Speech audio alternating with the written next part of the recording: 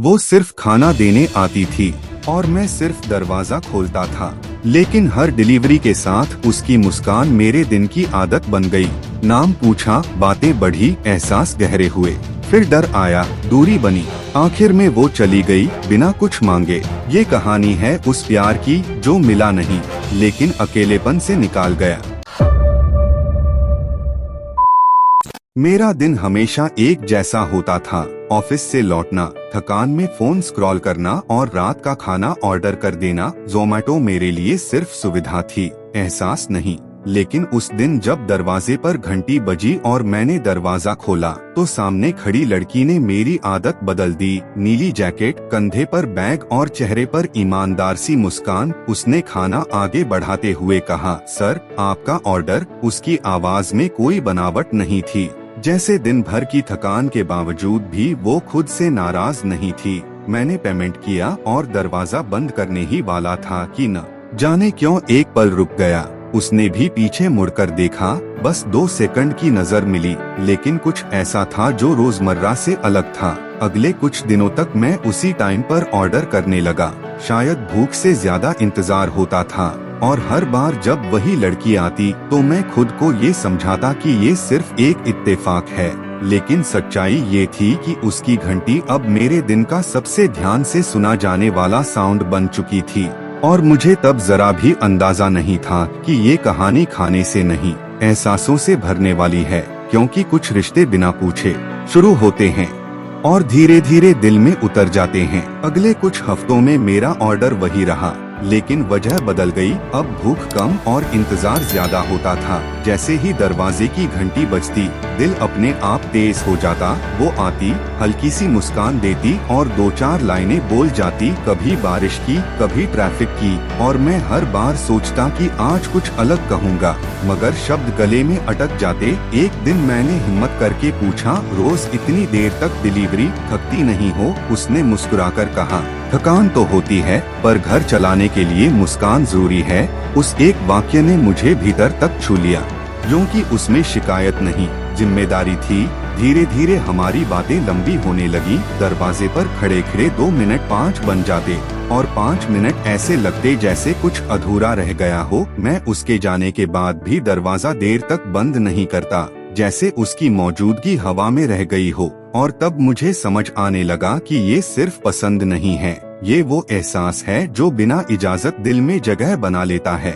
लेकिन मैं अब भी खुद को समझाता रहा कि वो बस एक डिलीवरी गर्ल है और मैं बस एक कस्टमर, क्योंकि कुछ सच मान लेने से पहले डर भी बहुत लगता है। अब हाल ये था कि ऑर्डर करने से पहले मैं खुद को आईने में देखता, जैसे कोई मिलने आ रहा हो, और जब वो आती तो दिल चाहता कि वक्त यहीं थम जाए। एक शाम हल्की बारिश थी, वो भीगी जैकेट में खड़ी थी और चेहरे पर थकान साफ दिख रही थी। मैंने पहली बार कहा, अगर बुरा न मानो तो अंदर बैठकर पानी पी लो। उसने 2 पल सोचा और फिर अंदर आ गई। उस दिन हमारे बीच पहली बार चुप्पी नहीं थी, बातें थीं। उसने बताया कि वो पार्ट टाइम काम करती है, पढ़ाई भी कर रही है और हर दिन खुद को मजबूत बनाना चाहती है। मैंने भी अपने अकेलेपन के बारे में कहा। तब जाकर मुझे एहसास हुआ कि हम दोनों अलग अलग रास्तों पर चल रहे होकर भी एक ही जगह थके हुए खड़े हैं। जाते जाते मैंने उसका नाम पूछा। उसने मुस्कुराकर अपना नाम बताया,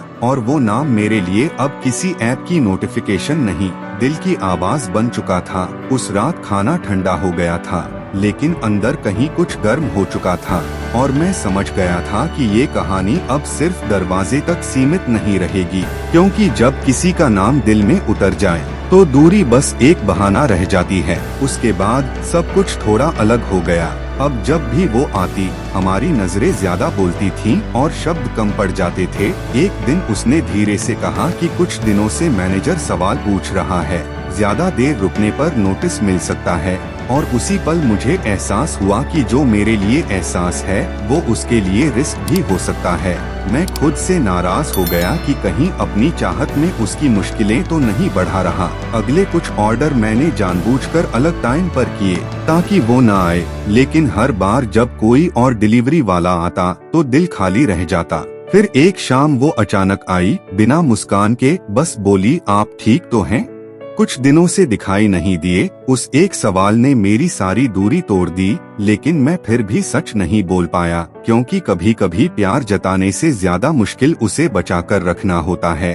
और उस रात मुझे पहली बार लगा कि शायद ये कहानी आगे नहीं बढ़ेगी, क्योंकि हम दोनों अपने अपने डर से हारने लगे थे। उस दिन जब दरवाजे पर घंटी बजी, मैं समझ गया था कि आज कुछ अलग है। वो सामने खड़ी थी, लेकिन उसके चेहरे पर वही पुरानी चमक नहीं थी। उसने धीरे से कहा कि उसने डिलीवरी की नौकरी छोड़ दी है, अब वो फुल टाइम पढ़ाई करेगी। मैंने मुस्कुराकर बधाई दी, लेकिन अंदर कहीं कुछ टूट गया। हमने पहली बार बिना जल्दबाजी के बातें की, जैसे जानते हो कि ये आखिरी मुलाकात है। उसने कहा, आपने कभी कुछ मांगा नहीं, इसलिए अच्छा लगा।